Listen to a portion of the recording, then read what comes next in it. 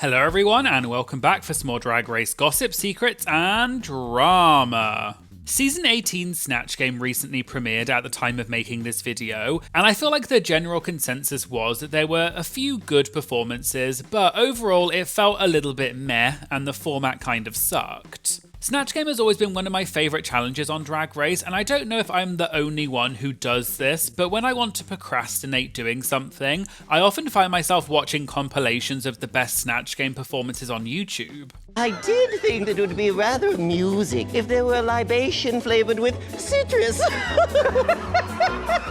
When I watch those clips, it gives me a little boost of nostalgia, and that's what Snatch Game used to feel like for me. It was the Drag Race challenge that felt like an event. It was the episode that we all looked forward to, and if a queen did well, it would go down in Drag Race history and become legendary. But here's the question I want to talk about today. When was the last time Snatch Game actually felt like that? Because I'd argue that for lots of fans, Snatch Game has not been that great for a while. So today I thought it'd be interesting to dig into what Snatch Game was, what it's become, what changed, and whether it's time to do the unthinkable and retire Snatch Game altogether. These will just be all my opinions and are not meant as criticism to the queens or the show itself, but more just thinking aloud to see whether we're all in agreement and what the potential solution is. All that and more coming up in today's video, so let's get started. So let's start at the beginning. Snatch Game first appeared in Season 2 of RuPaul's Drag Race in 2010.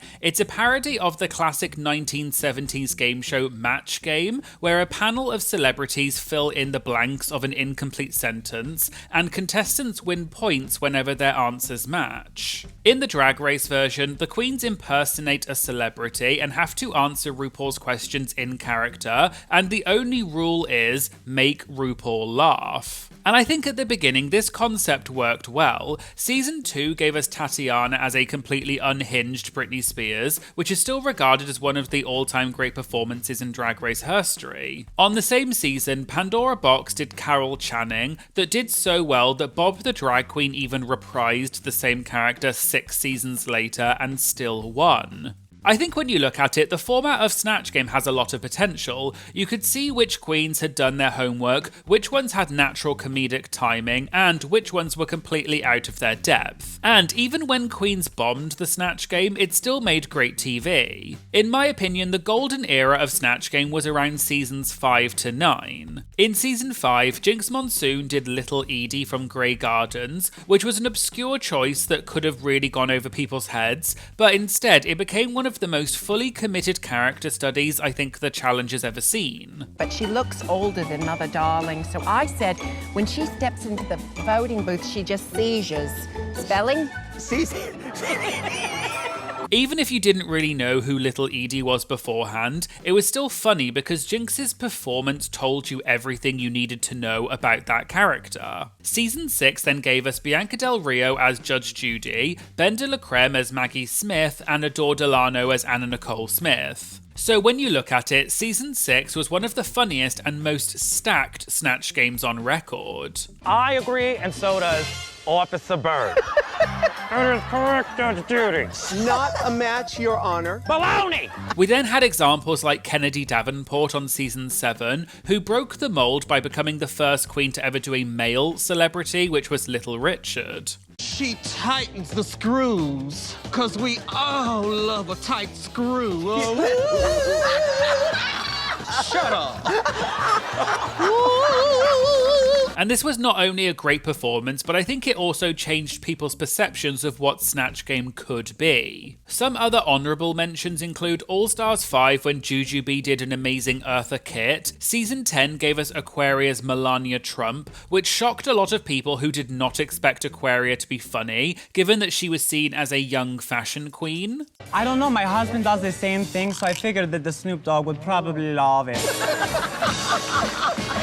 But that one performance, in my opinion, completely changed Aquaria's trajectory in the competition. You also had one of the best Snatch Game performances in history, which was Jinx Monsoon doing Judy Garland in All Stars 7, which felt like another era-defining moment, and it truly made Jinx the queen of Snatch Game. So when did the cracks start to appear on Snatch Game?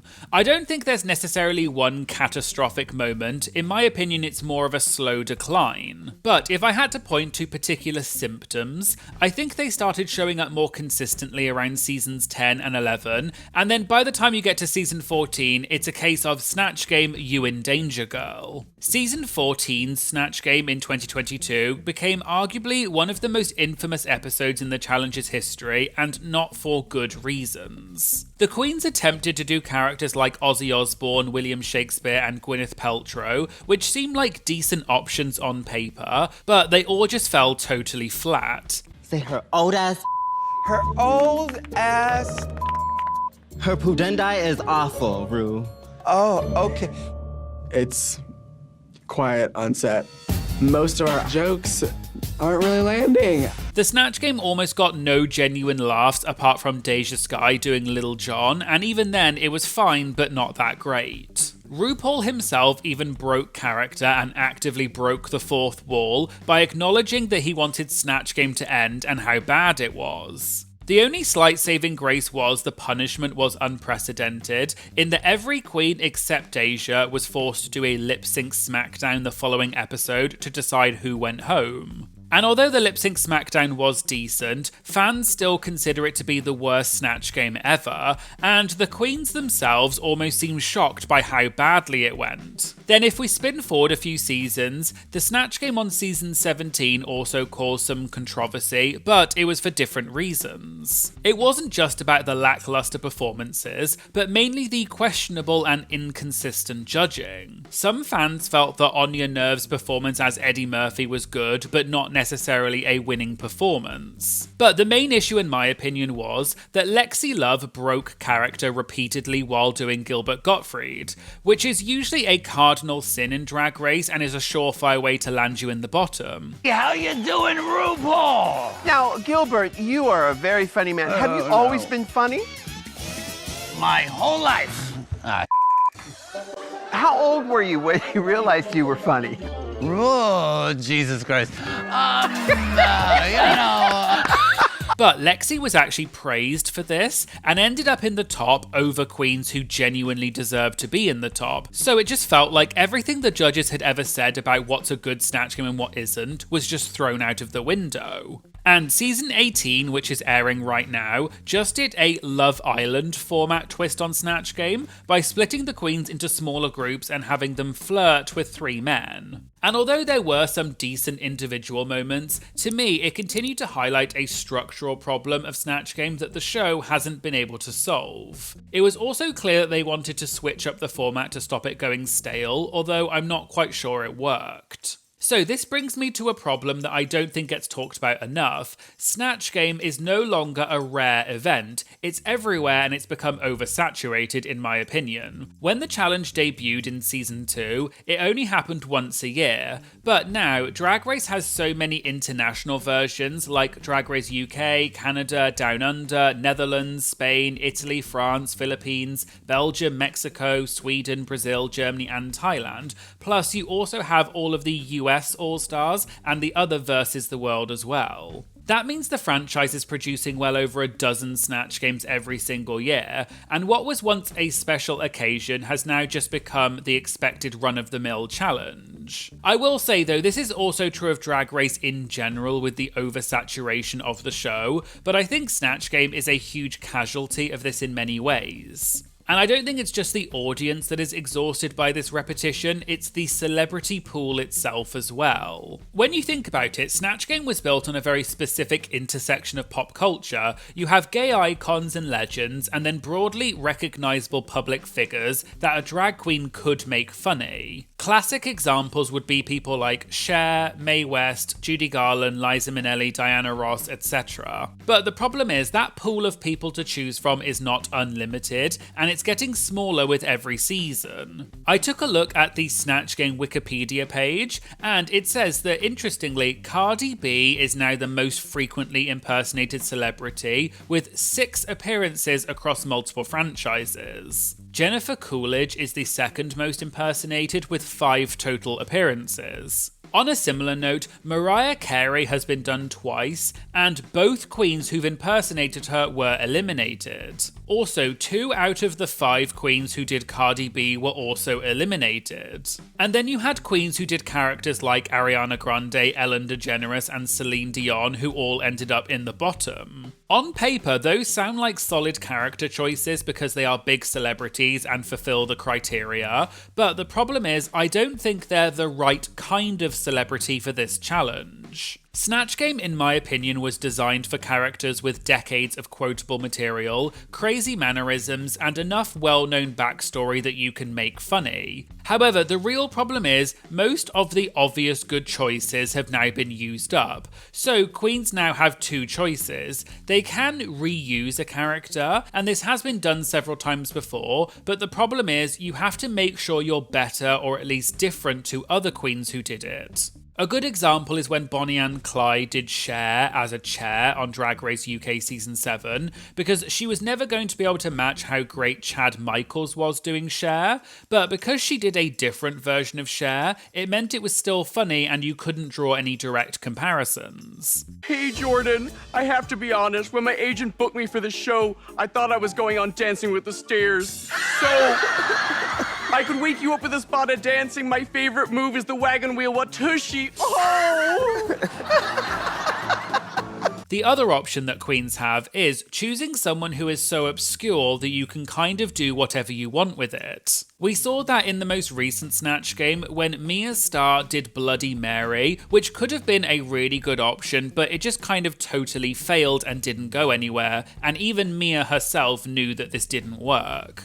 And I think the big problem with doing characters like that is they often don't connect with the audience unless you are a queen that has amazing comedic timing like Jinx Monsoon. These obscure characters often don't translate well into a live panel format, which means queens end up pivoting to internet celebrities or something like that, which also usually do not end up being very funny. But this brings up a good point, which is that RuPaul often also intervenes during the walkthroughs and tells a queen to switch characters if she doesn't find it particularly funny or doesn't know who they are. And although this may be Ru trying to help the queen, I think it usually ends up forcing the queen to make a worse choice. For example, in the most recent season, season 18, Ru was not feeling Athena Dion's choice of doing Charlie Chaplin. So instead, Athena just did a generic Greek woman that was somewhat related to a famous Greek family. But in my opinion, a made-up character can be funny, but it's not really a Snatch Game and it feels a little bit like a cop-out.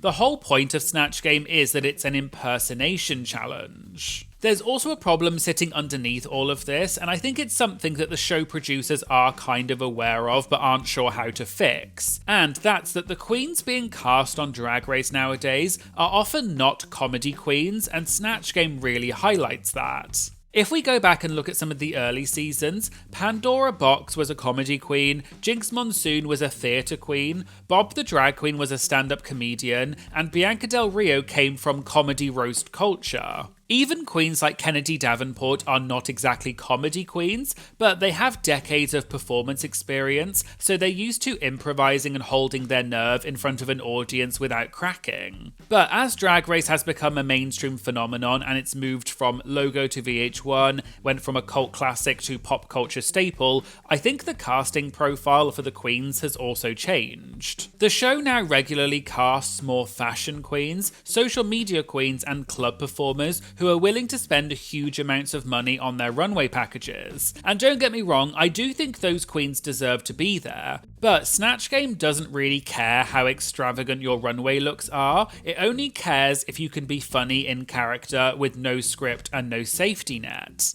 And the result is that Snatch Game now feels, in my opinion, a bit like a trap. It's a challenge that was designed for a particular type of queen. Even though the queens know by now they need to prepare for Snatch Game well in advance, we hear time and time again that the queens do not consider themselves comedy queens, and therefore they know they're going to bomb the Snatch Game regardless, so it seems that they almost don't really bother trying. And watching very talented queens fail at something they were never really built for just isn't always that fun. It can be, but it's often just more uncomfortable. I think the show has been trying to fix Snatch Game to make it either easier or more interesting by changing the format or introducing a twist, but I don't think these changes have worked. There's been the Snatch Game of Love, which is a speed dating variation, which I personally find really boring because it means the queens are not all on stage together, so it limits the interactions between the queens. But I also think the dating element of it constrains the queens. There's also been a Family Feud style format used in some of the international versions like UK versus the World, which also just feels a bit unnecessary and I don't think it adds anything. And now, in season 18, there was a Love Island themed Snatch Game that split the cast up into 2 groups to flirt with 3 eligible bachelors, which kind of just felt like the Snatch Game of Love 2.0. Each of these versions of Snatch Game is just an attempt to inject freshness into the challenge, but I think it's already running out of steam. The main issue for me is, the real thing that made classic Snatch Game great wasn't just the individual performances, it was the interactions between the queens. If I think back to someone like Bag of Chips as Margaret Thatcher, interacting with the late great The Vivian doing Donald Trump in Drag Race UK Season 1, This woman's an inspiration. She really is. If anyone knew how to f*** up a country, it was her. I love you too, but please keep those orange cheesy balls away from my face. To me, this was an all-time great moment because those 2 characters had genuine chemistry and I think the queens really riffed off each other well. But if that had been a different format of Snatch Game, those interactions may never have happened. It feels that every time the show fiddles with the format to separate the queens into groups, it loses that cross-queen energy that made the original format good. The more the show tries to fix Snatch Game by changing what it is, the less it resembles the thing that people actually liked to start with. So I guess that leads us to the question of, should the Snatch Game be retired?